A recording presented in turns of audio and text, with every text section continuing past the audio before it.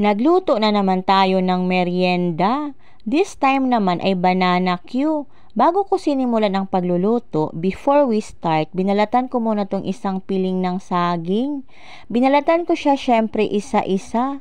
Alangan di ko siya balatan bago iluto. Char. Nagbabalat ako ng saging guys habang inuubos ko itong isang tasa ko ng kape. Pagkatapos ko nga siyang balatan, hiniwa ko naman siya sa gitna para madaling maluto. At habang naghihiwa nga ako nitong saging na nabalatan na, natapos naman itong maligo si Yosen.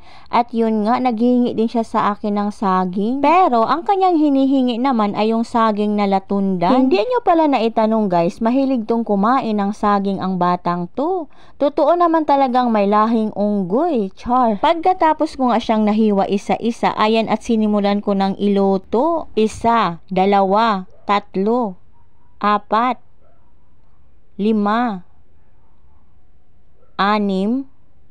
7. Nagbibilang din ba kayo guys tulad ko habang iniisa-isa ko tong ilagay sa kawali? At naluto na nga natin ang unang salang. Dito sa kawali, naglagay na rin ako ng asukal. Pero yung inilagay kong asukal ay sakto lang. Hindi talaga yung sobrang dami at baka naman sasakit ang aming mga ngipin. Kung masobrahan ko ng lagay ng asukal, natutunaw na nga yung inilagay kong asukal at luto na rin to. Kaya atin ang hanguin dito sa kawali. Eto nga, hinango ko naman isa-isa.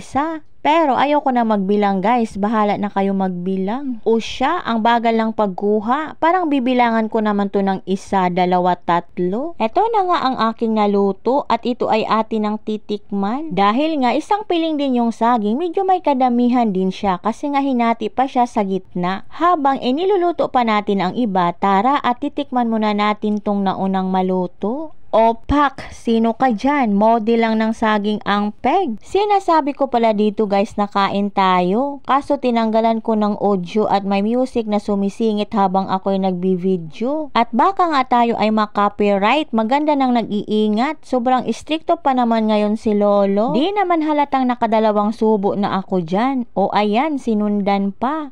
At itong sunod pang ayaw magpakain. Hindi ko na nga mabilang kung nakailang hiwa na ako dyan ng banana Q.